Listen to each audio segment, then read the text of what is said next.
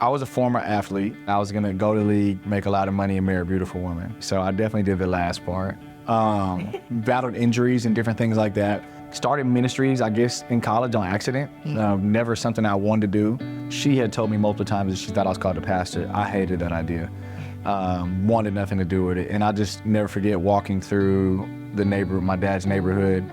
I was thousands of dollars in debt. My body was hurting. I had got cut from another team. And I was just in a deep depression. And I was just praying and I was crying and I was mad at God. And he said, you'll fail at everything you do until you do what I told you to do. For years, I was staring at an aquarium wall, and through different situations and trials, like it was like a hammer was hitting, it was like cracking and cracking. And the moment God said that, I was like, okay, God, I'll do it. The glass finally cracked, and then just everything just flowed out. I just got this vision. I called her and told her, we spoke about it, but we were serving at another church, and it wasn't time, so like we knew we were called, but we also knew that we weren't ready.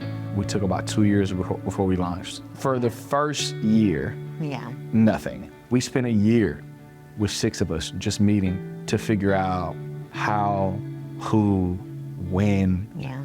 And then in 2023, that's when we started having online Bible studies. Then it grew to about like 100 people that would come on every Thursday. We're really big on outreach. We partnered with some of our friends here in Houston.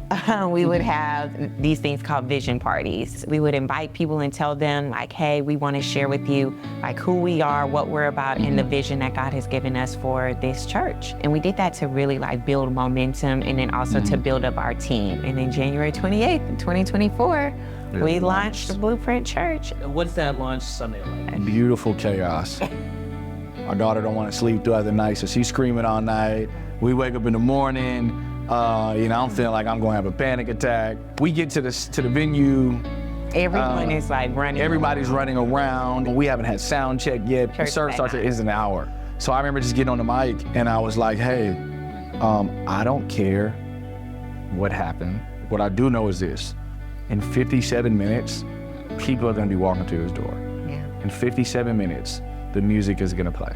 In 57 minutes, people would have spent all morning getting themselves together, washing their face, getting their kids together, and they're coming here with an expectation. I just remember when Coach was like, hey, kickoff's at 2:30, whether you're ready or not.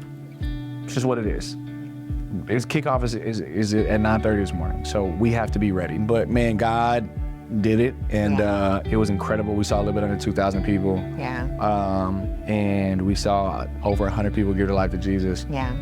I think the coolest thing for us is that we had our first baptism on May 5th. We baptized over 150 people, which was incredible. Seeing people saying like, hey, Sunday is my favorite day of the week. That is not like oh, I have to go to this. I know I get to go to church. There are millions of people on this earth. We shouldn't stop until every single person hears about Jesus Christ. All of her. Until all have heard, then we need to keep planting churches. Matthew and I can only reach the people that God have called us to reach. But there is somebody in another state, in another country, down the street that they need your church, they need your voice. And so until all have heard, we need to keep planting churches. And so that's why organizations like Stadia is just so important to the body of Christ.